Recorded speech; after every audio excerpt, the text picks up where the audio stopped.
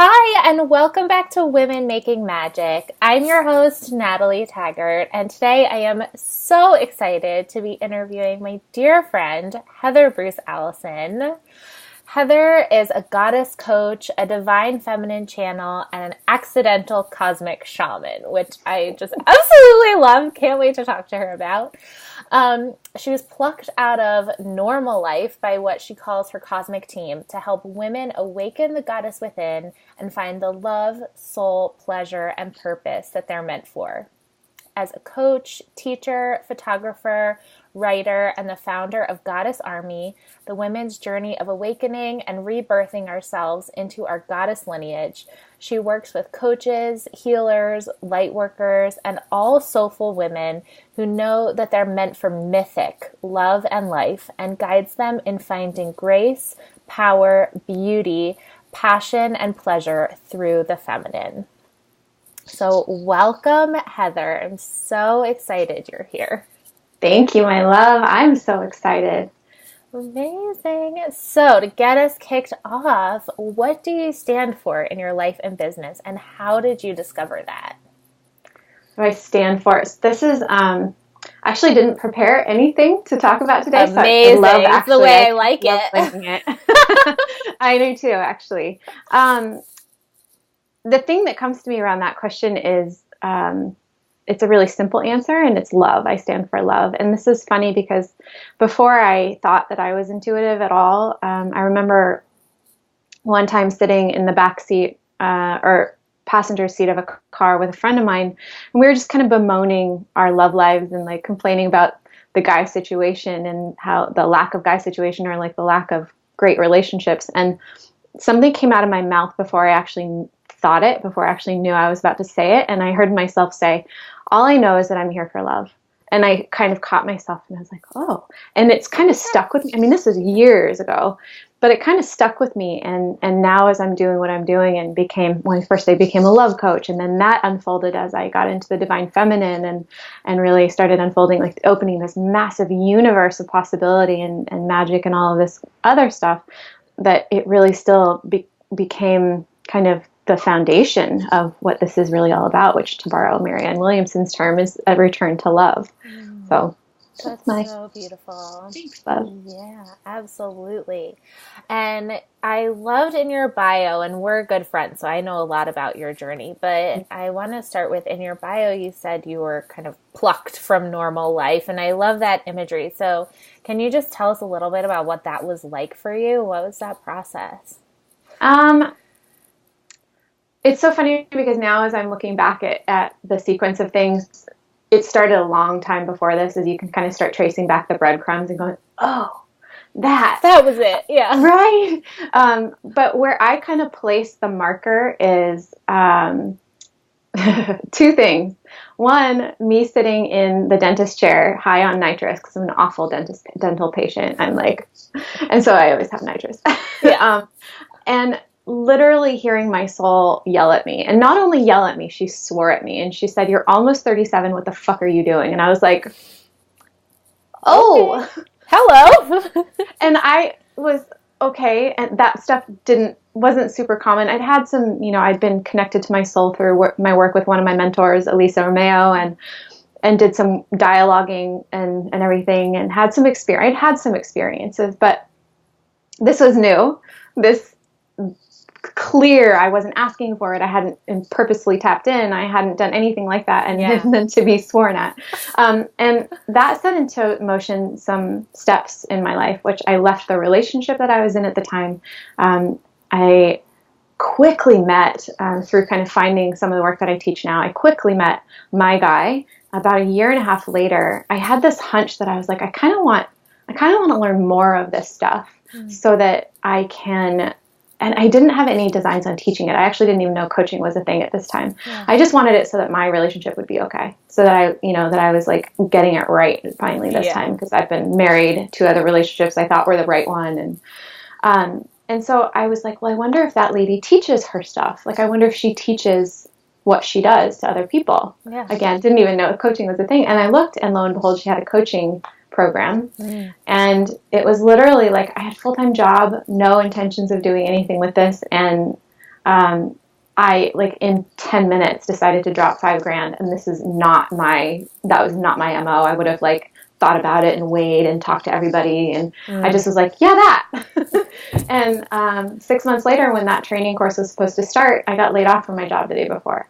Wow. So it was kind of like, oh, okay, universe, this is what we're doing. And I think the difference is, yes, I feel like I was plucked, and this was very orchestrated, and it was very much, these things were kind of orchestrated by my soul or universe or whatever you want to call it. But I kept saying yes to it. I kept kind of saying, okay, this is what we're doing. Okay.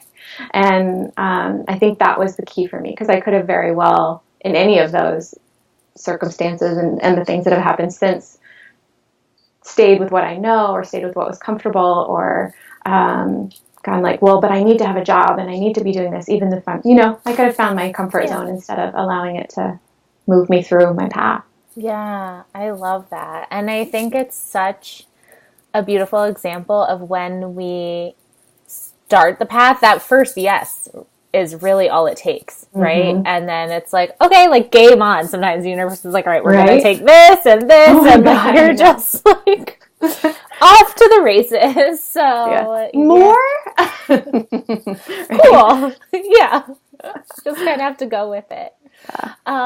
So I know now you do a lot of work with the feminine and the goddess, and some of our listeners may just be kind of starting their journey or getting familiar with all of that and what that entails. So I'm curious, if you were to put it in kind of beginner's terms, what does the feminine mean to you?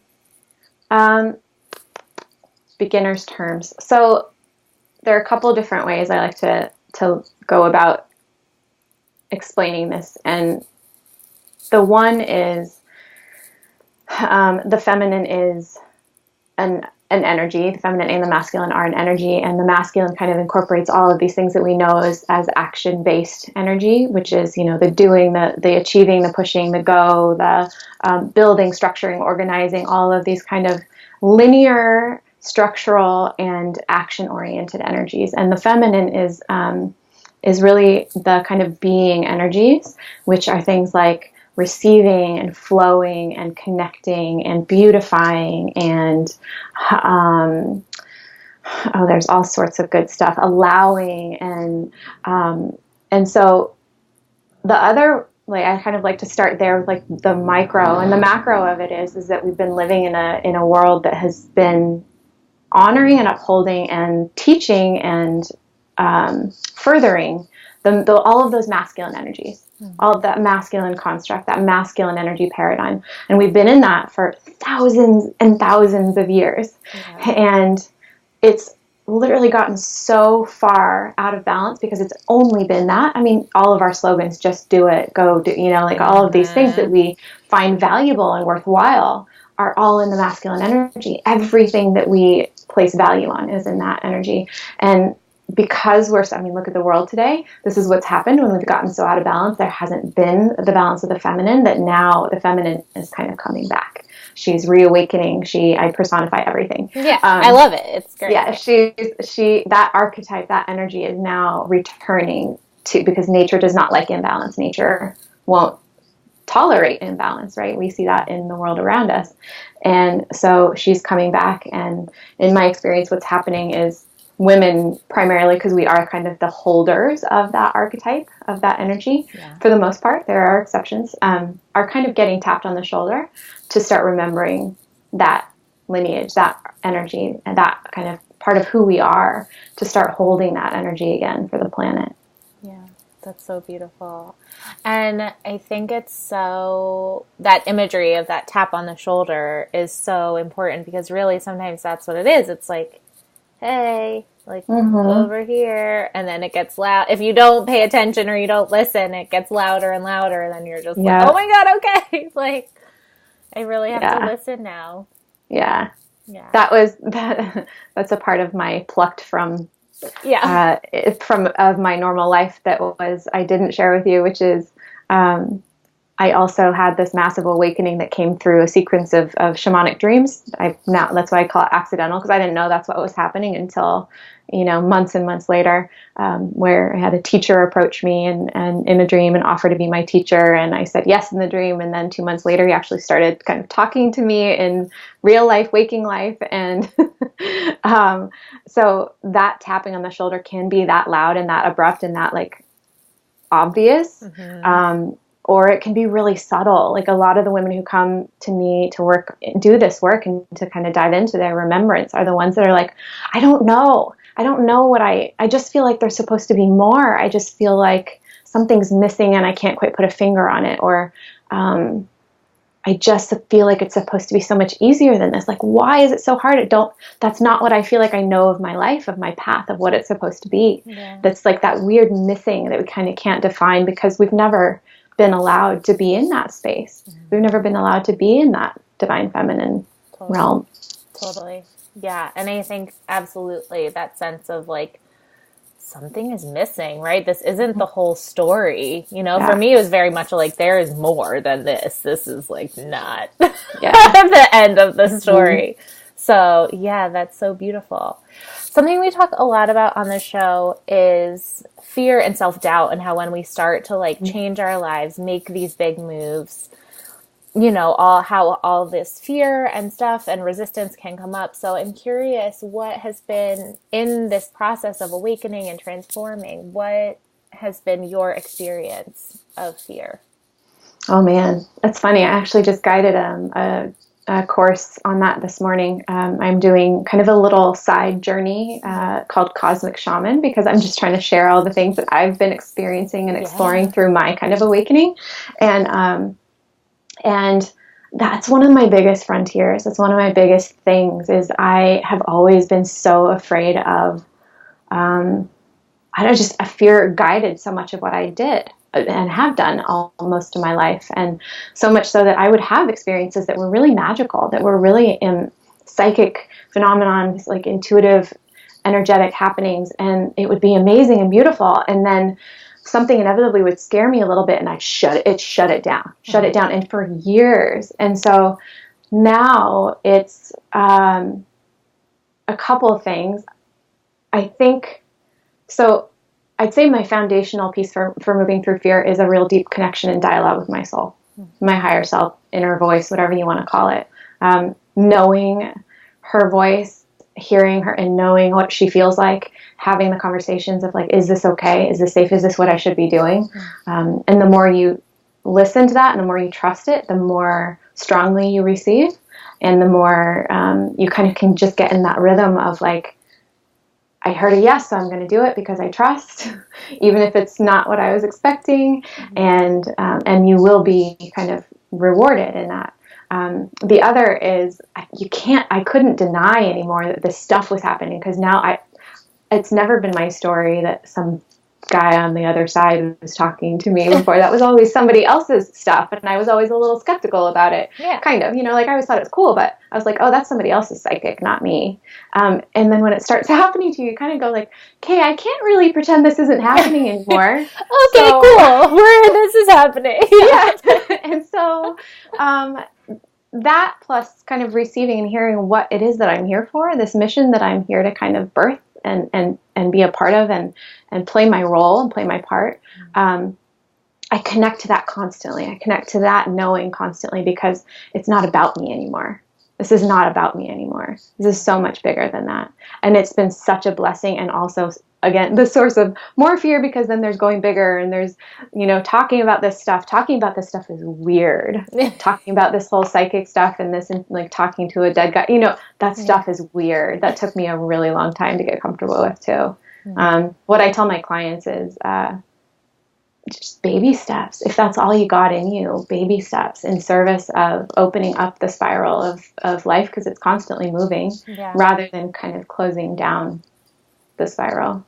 100%. I love that. And I think it's so easy, especially when we're first getting started, to look so far ahead and be like, oh my gosh, like that's so far from me, whatever. But really, it's just, you take those baby steps and then all of a sudden you're so far along. It's really just one step at a time. Yeah. And that's so true, because you also don't even know what's coming if you're not taking that step. And, Yeah. so it's just like, take that one step, see what appears there, choose between what's in front of you and take one more, and then see what's there. And, Totally. beautiful stepping stone.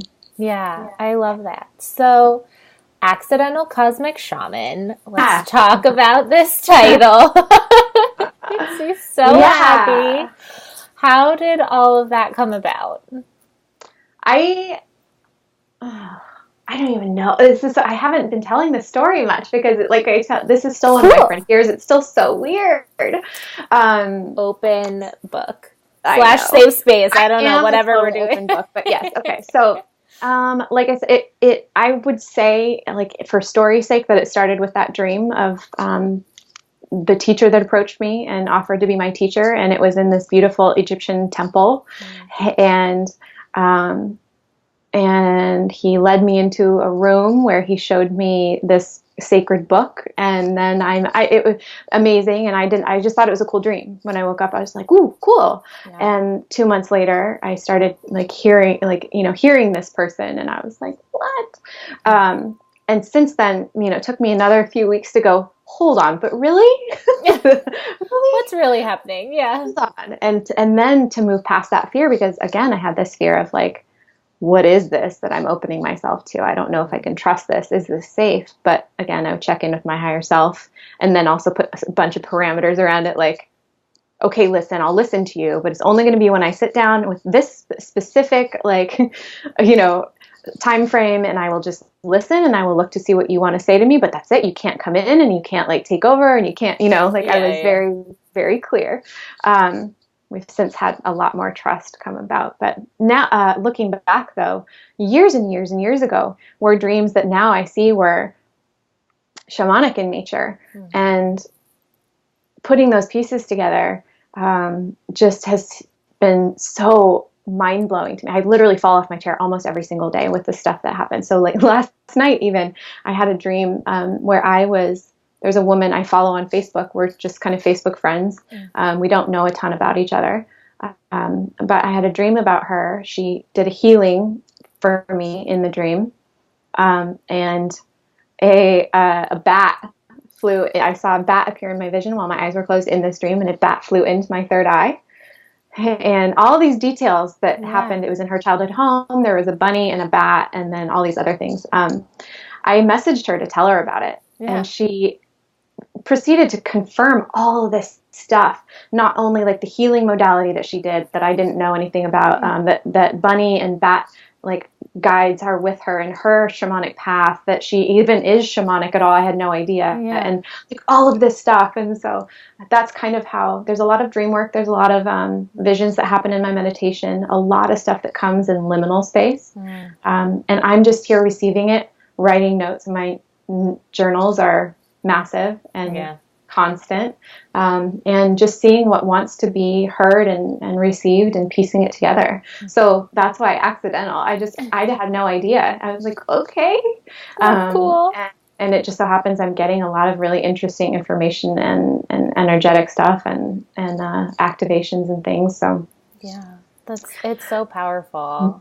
I love that, and such a testament to how our paths. Like, we sometimes don't choose our paths, right? The path and the work, like, chooses us, really. And so how you just keep saying yes. And so I think it's so important to just keep, again, like we were saying, take that one step and just seeing where it leads.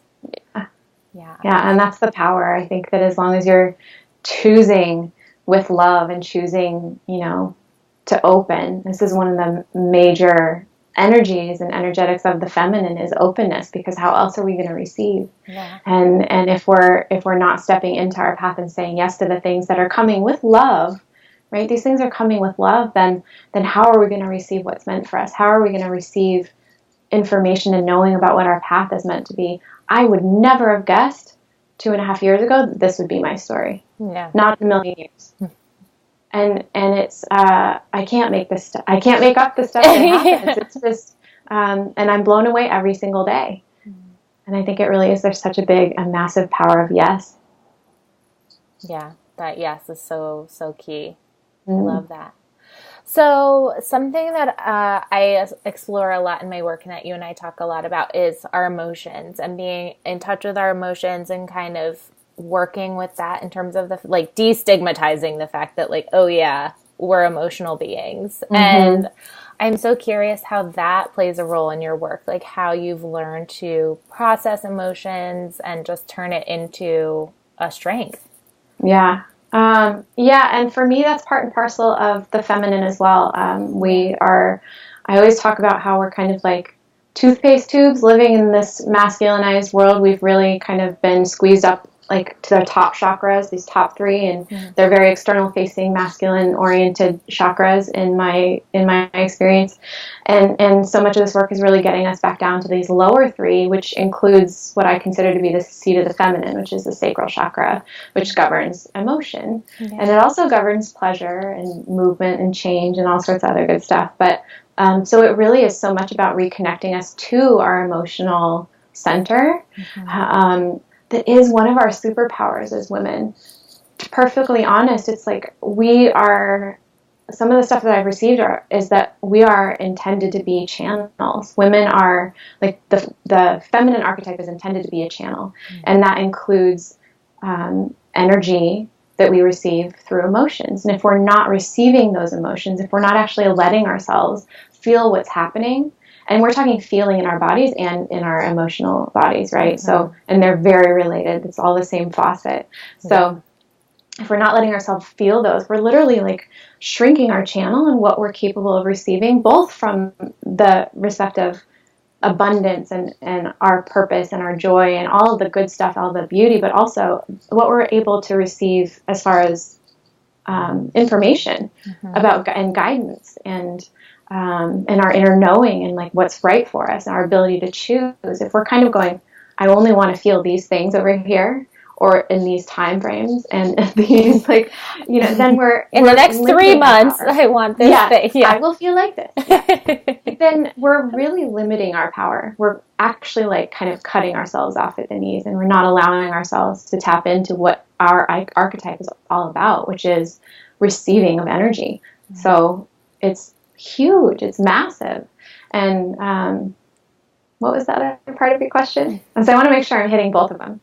Yeah, just how you work with it to like transform your emotions into a power and not a weakness. Because I think sometimes in our society we think like, oh my God, you're so emotional, like stop it, And so something that, I know you and I both really stand for is it's actually a superpower, like you were saying. So how does that look for you personally? Well, I think it is our refusal of them that causes them to become dramatic, right? Like it's our refusal and like, well, I don't want to feel that way. And so, I mean, imagine if you I always love this, imagine if you personify them. Personifying is so powerful in my opinion. Totally. If you personify your emotions and treat them or look at them as if they were little kids, what's going to happen if you ignore a little kid? And you say like, no, I don't want, I'm not having that. I'm not having you. I don't want to listen to you at all. They're going to react and they're going to blow up at you and they're going to have temper tantrums to get your attention in any way that they can, right? And they're going to become, over time, the terrifying teenagers that are going to be violent and, right? Like, so if we can take the sting out of them and literally say, like, come on, everybody, like, if we can feel all of it, they actually don't become so dramatic. And then that helps other people not feel us or receive us as dramatic, meaning you're not going to be operating from this massively reactive emotional state. You're going to be able to be, like, fluidly flowing with whatever kind of comes through and for you. There's also something that I read that said that we actually process emotions in about 90 seconds.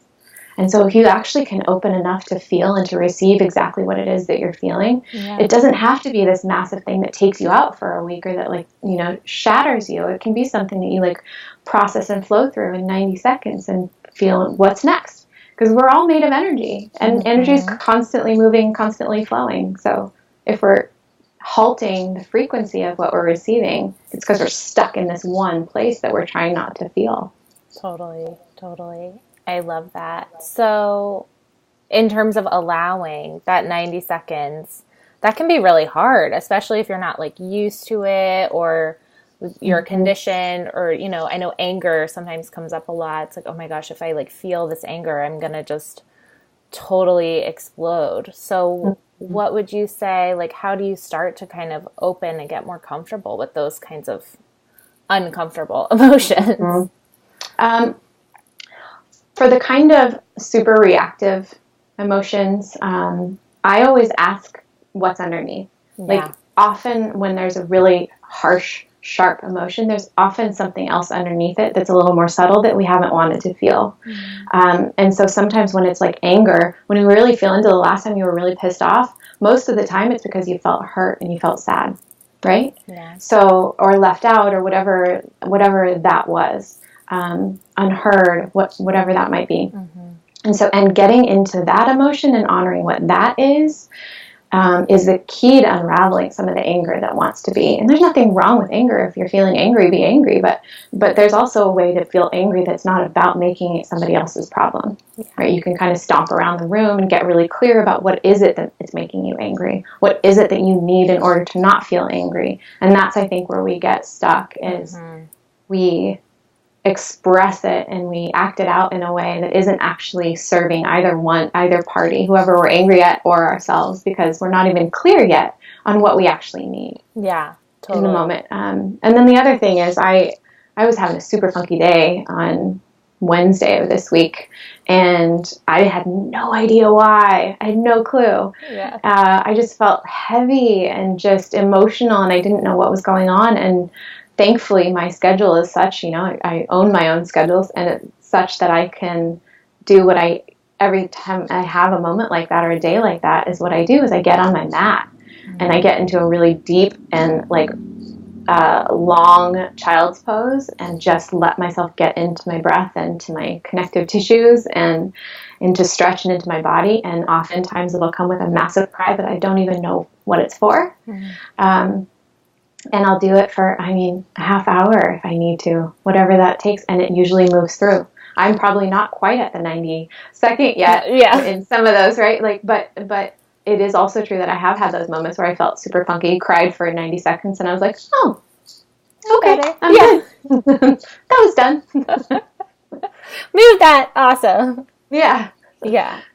Yeah, and I think it's so important to recognize, because I think you and I had that same day of just feeling so funky and emotional, and I think I was in my car crying, you're on your mat, but I think sometimes we can take it so personally. It was also this first experience that I had of like, wow, like I'm so emotional and I can't like point to anything in my external world that's like wrong, right? So I'm just gonna like let this move through and just be with it. But that was just new for me in terms of like, okay, like I'm just gonna allow this, and I'm not gonna make it mean anything that I'm somehow less, or that, you know, the world is messed up. It's like, it just is what it is. Okay. Like, here we go.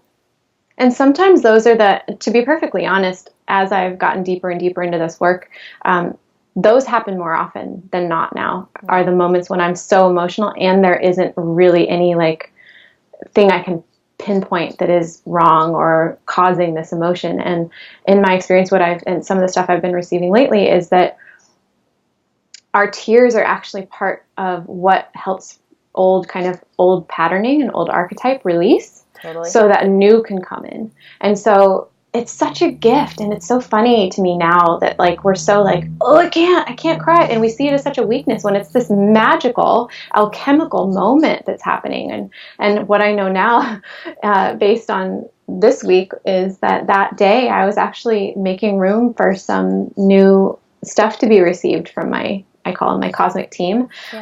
Some new kind of patterning to be brought in, some new energy to be brought in that I'm processing now. So you don't know. We just don't know what's happening. We don't know the entire scheme of the cosmic tapestry, right? So sometimes it's just allowing it to flow and not needing to carry judgment around it, not needing to even identify or find meaning for it. Just energy is energy. It sometimes just needs to move. And just to be with. Right? Yeah. Just be with it and process it and let it go. So I love being prompted to ask you about the channeling of just like, because you're the first woman we've had on the show to speak about it in that way. And so I would love to hear more about just like what that means to you, and for someone who's maybe not so familiar with kind of the psychic intuitive process, like how does that work? Yeah, well, and I'll be the first to say, like I said, I'm an accidental cosmic shaman. So this is, Which is would so, never, it makes you so relatable. never claim to be a master at this stuff. So, and it's so funny because I had a really hard time vocalizing this part of my story for a while. It was so kind of new and weird and freaky and out there. And most of my, family and friends would never have known this part of me, nor did I, because it's kind of a surprise, right? Yeah. And it kept me from sharing so much stuff on my personal Facebook page. I would be like, okay, so how can I say this in a way that doesn't talk about the that I'm a psychic. Yeah. did I talk to dead people? No, just kidding. All this stuff. And then one day I got so sick of myself censoring that can I swear on here? Yeah, you're fine. Okay. I got so sick of this that I literally was like, fine, fuck it. And I posted on my page and I literally said, all right, I'm just going to fucking say it. And I came out and I just listed, I'm like, I've been receiving messages. I've been I've been having visions. I've been having shamanic experiences. I do shamanic journeying. I've been talking to a dead guy. And I just like verbal diarrhea and posted on my page. And I was just like, and then I posted it and I cried for like 4 hours because it was this like shedding of this part of my ego that was so holding on so tight in fear. Yeah. It was really powerful, actually. So beautiful. And I remember that day. Talk about it. Yeah. Like, let's go into it. Let's talk about it. So what channeling means to me, gosh, I don't know. I am not the kind of person that I can't like talk to your grandma. Well, I mean, maybe I can. I don't know. Let's find out. No, I'm kidding. I did actually have an experience about that a number of years ago before I knew any of this was happening. And I felt my friend's recently deceased mom kind of up here to the right. I felt her want to come through me and give her a hug. And I was like, 3 sheets to the wind. We'd been doing wine tasting. And I was like, well, that's normal. Sure. Let's do that. Let's just totally give you a hug. Of course. Anyway, and that was a really magical experience. But for the most part, it's, I sit down and I meditate. Typically, this is how this happens. I sit down and I meditate. Generally will ask, my clearest relationship and dialogue is with my higher self. Mm-hmm. And I will ask kind of, what would you like me to do today? So I'll be like, do you want me to meditate with a crystal? And if it's yes, then I'll ask which one. And do you want me to pull a card? Do you want me to journal? Do you want me to meditate on this sacred geometry? Do you like, I'll just kind of ask, do you want me to just sit and listen to some music and just listen, and just tune in? And so I'll be guided through my morning practice and how she wants me to show up. And inevitably there is a process that I will receive something from some place or another. Same goes for my who I call my cosmic teacher, the guy who showed up in a dream. I will typically sit down and just, when I feel like he's kind of tapping me on the shoulder, I'll sit down and I'll just listen and see what he wants to show me or wants to bring through. And I don't know how much more to describe. I get a lot of visions in my liminal space, like the kind of time when you're awake but not totally. Mm-hmm. A lot of dreams, a lot of dreams that then I find actually have massively deep meaning or are really kind of culturally or shamanically powerful and potent. Yeah. And it's really, I do something I call intuitive Googling because I don't know this stuff. This is not me with a mentor learning how to do this stuff. It's, I kind of open to see and receive what wants to come through a search. And I receive and I take meanings that resonate with me. Yeah. So if I get kind of the tingling like, ooh, then I know it's for me. That's awesome. And so I'm piecing this together bit by bit. Yeah, I love that. And I think it's, again, that like, okay, take the next right step and see what's here for you, and take the next right step and see what's here for you, and being open, right? Just like really being open to whatever guidance wants to come to and through you. And I think especially the story that you shared about your Facebook page and kind of coming out in that way is so powerful because it's such an example of that yes, right? And that like clearing the old to make way for the new, and like how much bigger and more powerful are you just being honest, right? Mm-hmm. And being open about, okay, like here's really who I am and I'm claiming it. Mm-hmm. Yeah, and it was all in service of the work that wants to be spread farther, and that's the thing I come back to over and over and over again is this like universal why. Like, why am I even given these gifts? Why did they suddenly show up for me at like 39? Yeah.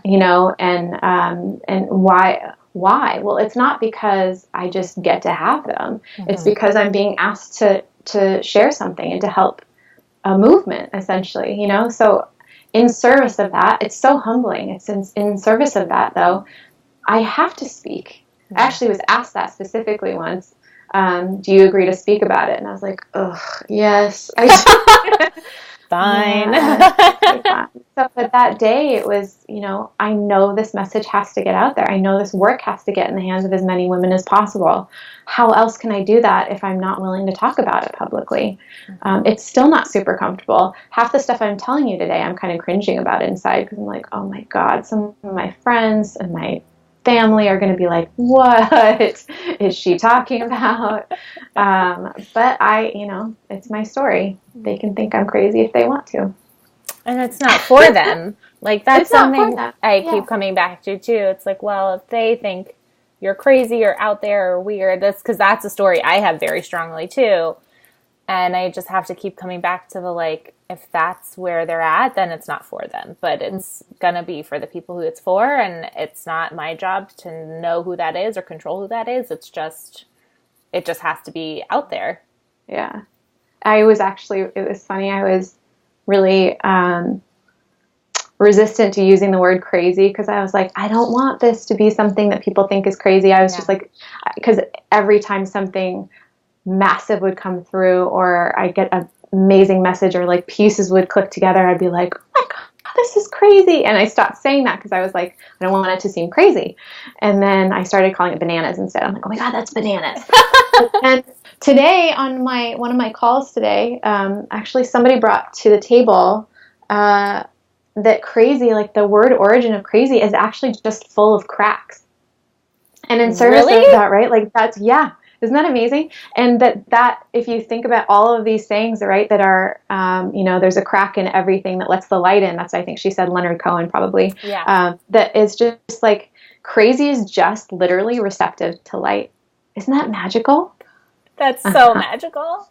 You just so good. Blew my mind. That's so good. Yeah. Oh my gosh. And talk about receiving, right? Like having a crack just means you're open. Mm-hmm. Yeah.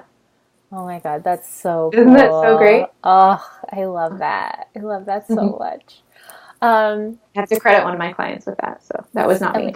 Thank you, magical client. Yeah, I had to do the same thing of just banning the phrase out there. It was like, I'm so afraid of like seeming out there or whatever. And it's like realizing, no, like out there is a context. People are, we're all in different places in our journey and like, okay, So, and you know what's coming through right now is it's actually more like in here because this is where the connectivity is, right? Like when you're actually connected to the all that is and to the universe and to the magic and to the conversations with the invisible world, whether it's inside you or outside of you, this is the in here. And it's actually the out there that's been separated from that. It's even better. Whoa. In here. I love that. Now whenever I want to say it's out there, it's like, nope, it's in here. Yeah, it's in here. So I love this imagery of, we talk a lot about of the feminine paradigm and bringing the goddess kind of back to modern kind of society. And I think this is a really important question about leadership of what does that look like? And we all have a role to play in terms of being leaders in this movement. It's not just one of us, right? It's a very organic thing. And so I'm curious what being a leader in that kind of context means to you. How does that in a feminine context? So one of my favorite ways of kind of visceral metaphors for it is just instead of being this kind of top down leadership. It's this like arms under, like I'm kind of putting my arms underneath you to support you and to offer, right? It's this really deep offering rather than kind of like, I'm going to come in and tell you from up here how to do this. I know the answer. Yeah. You got to do this just like me. But in general, that whole thing is shifting. That whole, the paradigm is crumbling. The wounded masculine paradigm is crumbling, and the feminine is coming in, and all of that stuff, all the way that we've been doing business, marketing, experting, is changing because it can't be one template anymore. It's not one template anymore. The more we kind of keep doing things in the old template, the more it's going to start feeling more and more abrasive to our clients, to people around us. And because it quite simply is just shifting in that direction. I mean, you can see it. That's why the world is doing what it is right now. The wounded masculine's kicking up a fuss, and it's not going out without a fight, right? Yeah. So 100%. She's coming. Yeah. It feels so much better. So much better on this side. Yeah, I think that brings an interesting point. Like, how do you... I know what you mean by that, but in terms of like the leaders, conventional leaders today, like how do you... Oh my God, what am I even trying to ask? Yeah, kicking up a fuss. Like, how do you see that happening? Fear-mongering, clinging to scarcity tactics, clinging to separation. So anything that really keeps us in this place of non-connectivity and judgment and scarcity and push and separation is what keeps us kind of out here, out there, in discord with one another, right? It's what keeps us from connecting. One of the most powerful things I share with people, in my opinion, is the feminine is where everything we desire lives. Everything we desire lives there. Love lives there. Joy lives there. Ease lives there. Magic lives there. Abundance lives, like everything. Connectivity lives there. Self-love, like you name it. Everything that we actually desire as people. We don't desire like rigidity and organization. I mean, we do insofar as we want it to allow us more ease. Right? And so, but we can't have that just from the masculine energy. It has to be in balance. And so there is this kind of, like this wounded masculine is really, and I say that not meaning men. I think we should clarify this is not just like a man-woman thing. We all have feminine and masculine energy within us. It's the construct, it's the archetype, it's the energy with which we do things. And right now, the energy with which we do things is very based in fear. It's very based in separateness. And the more we do that, and the more we kind of say, I'm over here and you're over there, the more that compounds, and the harder it's going to be for those people who are operating in that as they go forward, because this shift is happening, whether you like it or not, and wherever you are in the spectrum. And it will be much easier if you are open to receiving the feminine and starting to operate from there. So powerful. I have goosebumps. You do. Yeah. I love that. I love that. Amazing. Heather, thank you so much for your time. This has been so fun. So as we start to wrap up, my last question is, what does making magic mean to you? Well, I think the universe is freaking magic. So I think for me, that feels like connecting to the invisible realm, like whatever that is, whether that's your inner guidance and dream world and desires and emotions, the things you can't see and can't like knock on and prove with science. And the outer invisible world, which is so ripe with message and meaning and beauty and information if we just knew where to look for it. And it's not usually with these eyes, right? It's usually with other senses. And tapping into that and honoring that and being willing to play, like being willing to be in the energy of like the muse and just be playful and curious about it. That to me is where magic comes from. And that's how we tap in to start creating it. So beautiful. I love that. Thank you so much. So if listeners want to connect with you more online, where should they go? So I am at heather-allison.com. It's ALLISON, or goddess-army.com. Goddess Army is my 9-month journey into the divine feminine, where we kind of shed the shackles of all this masculine stuff that keeps us tethered to all this fear and smallness that we currently experience and find ourselves in, and really allows us to step into our inner goddess, as I say. So beautiful. Thank you so much again. Those will be in the show notes. Any last words before we complete? Take some time to bring your breath down to your sacral chakra a bit more. That would be my last parting gift, I think, for your listeners, is literally like just imagine your breath coming all the way down into your sacral bowl, into your pelvic bowl, and do some breathing from there. It's pretty life-changing. Cool. There you have it, ladies. Sacral breathing. All right, Heather, thank you so much for being here. Thanks, love. Thanks.